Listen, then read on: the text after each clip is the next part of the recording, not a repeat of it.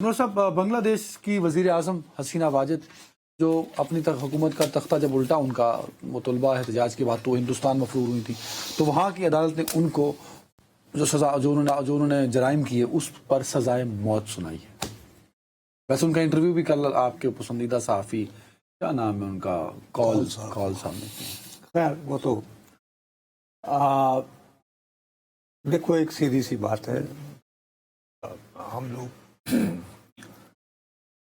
جو ان کے خلاف جو تحریک چل رہی تھی نوجوان طلباء کی تھی نا، سو کالڈ جس کو ماڈرن زمانے میں کہتے ہیں جینسی، ٹھیک، اس میں کتنے لوگ جو ہیں شہید ہوئے، کافی سینکڑوں میں تعداد، مارے گئے 14,000، آئی تھنک 1400 ہے سر، 14,000 یا 1400، آئی تھنک 1400 ہے۔ یو این کی کا پتہ کرو، آپ یو این کی رپورٹ کی بات کر رہے ہیں؟ یو این کی رپورٹ یہ کہتی ہے، یہ لوگ الزام یہ دیتے ہیں کہ جی یہ 1400 نہیں ہے، ایک صفر اور ہے۔ میں ویسے اس کو ایگزیجریٹ نمبر نہیں شمار کرتا، 1400 سر، مجھے لگتا ہے if I'm not wrong آپ کا 1400 تھا فگر میرا خیال میں ہے۔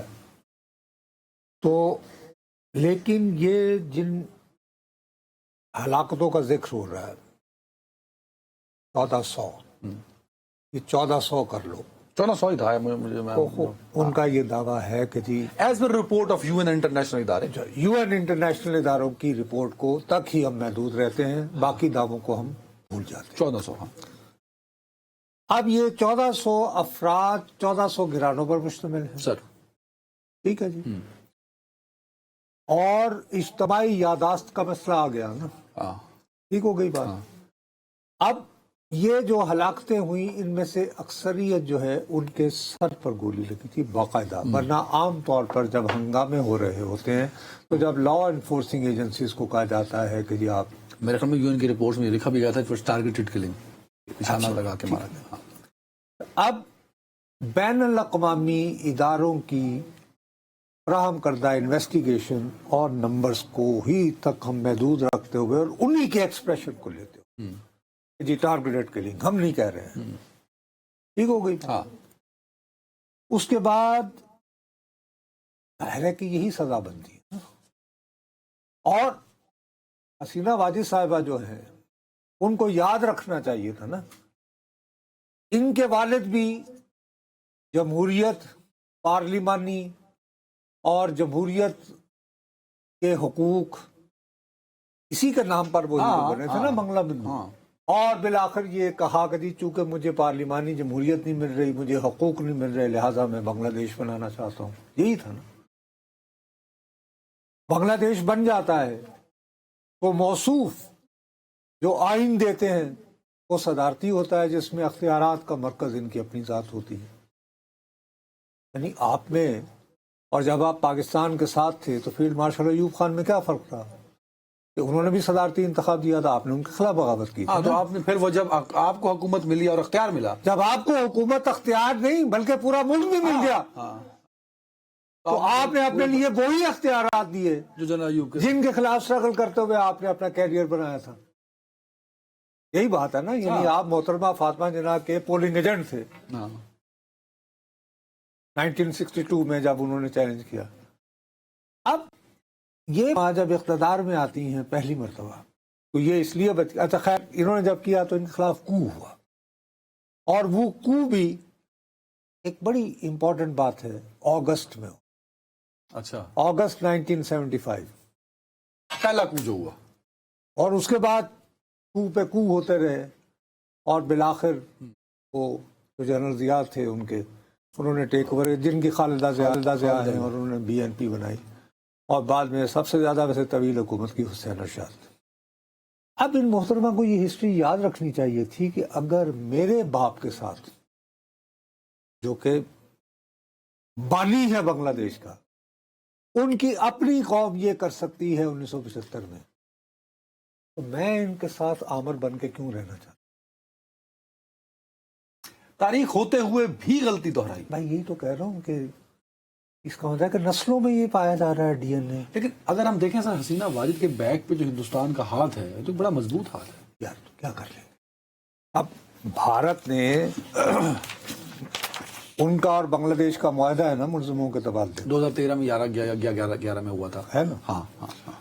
تو یہ سزا کا اعلان ہونے کے فوراً بعد بنگلہ دیش نے فارملی ریکویسٹ کر دی ہے. اب اس معاہدے کی روشنی میں آپ یہ دیجیے ہمیں. چونکہ یہ فیصلہ آ گیا، آپ حسینہ واجد کو ہمارے حوالے کریں. ٹھیک ہے. تو ابھی تک انہوں نے جو جواب دیا ہے بھارت کی وزارت خارجہ نے، اس میں وہ یہ کہتے ہیں کہ جی ہم نے ورڈکٹ سنا ہے انٹرنیشنل کرائمز ٹریبیونل آف بنگلہ دیش. دیکھو بجائے بنگلہ دیش کے انہوں نے اس کا نام کر دیا international crimes tribunal.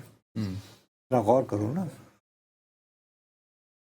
Concerning former prime minister, اس کا قریبی ہمسایہ ہوتے ہوئے بنگلہ دیش کا بھارت چاہتا ہے کہ وہ بنگلہ دیش کے عوام کے وسیع تر مفاد میں امن، جمہوریت، انکلوژن یعنی اقلیتوں اور دیگر طبقات کا اور دیگر سیاسی جماعتوں کا یعنی پارٹیسپیشن اور استحکام، stability in that country. He will always engage constructively with all stakeholders.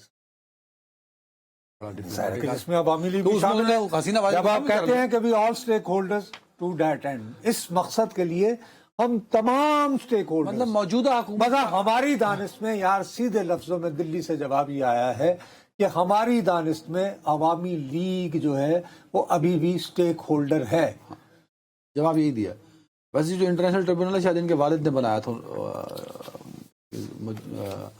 Khaleda کیا نام ہے ان کا، حسینہ واجد کے والد نے بنایا. اب یہ تو ہو گیا. اب یہ ہے کہ جناب علی حسین اتفاق ایسا ہے کہ انہوں نے ایک بنا رکھا ہے، اس کو کہتے ہیں کولمبو سیکیورٹی انکلیو.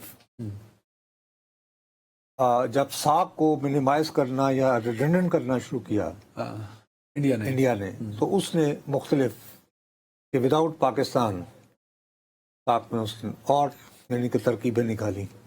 تو اس حوالے سے کولمبو یعنی سری لنکا اور بنگلہ دیش کی شمولیت کے ساتھ اب بنگلہ دیش کے ڈیلیگیشن نے جانا ہے نیشنل سیکیورٹی ان 3 ملکوں کی، بھارت، بنگلہ دیش اور بنگلہ دیش.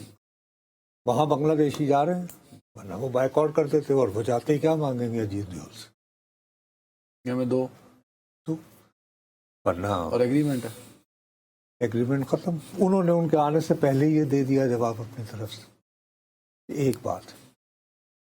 دوسری بات یہ ہے کہ آپ دیکھیں انڈین میڈیا میں صبح سے یہ کہا جا رہا ہے کہ جی جیسے ہی یہ سزا کا اعلان ہوا وہ فسادات پھوٹ پڑے، یعنی پرو عوامی لیگ اور اینٹی عوامی لیگ. جبکہ کوئی بھی بین الاقوامی میڈیا جو ہے وہ اس نوعیت کی چھوٹے موٹے کہہ رہے ہیں کہ 1-2 جگہ احتجاج ہوئے ہیں، لیکن وہ اس طرح کا کہ جی جیسے ایک دم سے پھوٹ پڑے نا. یہ تو ہندوستان کا میڈیا یہ رپورٹ کر رہا تھا، بھارت کا میڈیا یہ کر رہا ہے نا، وہ تو نہیں کر رہا کوئی.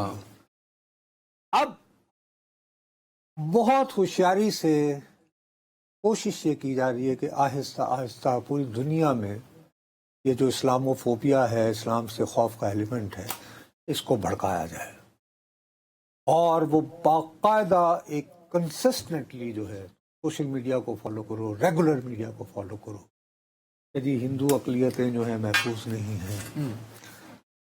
حتیٰ کہ یہ کہ جی خاتون اگر بنگلہ دیش نہ کرے بنگلہ دیش میں، اور مثال کے طور پر جیسے ابھی مولانا فضل الرحمان وہاں گئے، مولانا فضل الرحمان صاحب کے اعزاز میں پورا لگتا تھا کہ بنگلہ دیش امڑ رہا ہے، اور انہوں نے بڑی کافی بڑا مجمع تھا جس میں اور وہ سارے کا سارا بھائی بنگلہ دیش جو ہے بنیادی طور پر اسلامی ملک ہے نا یار.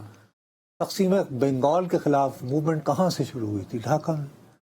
مسلم لیگ کی بنیاد کہاں پہ پڑی تھی؟ ڈھاکہ میں. تو وہاں پہ اگر اسلامی اجتماعات نہیں ہوں گے تو کیا ہوں گے؟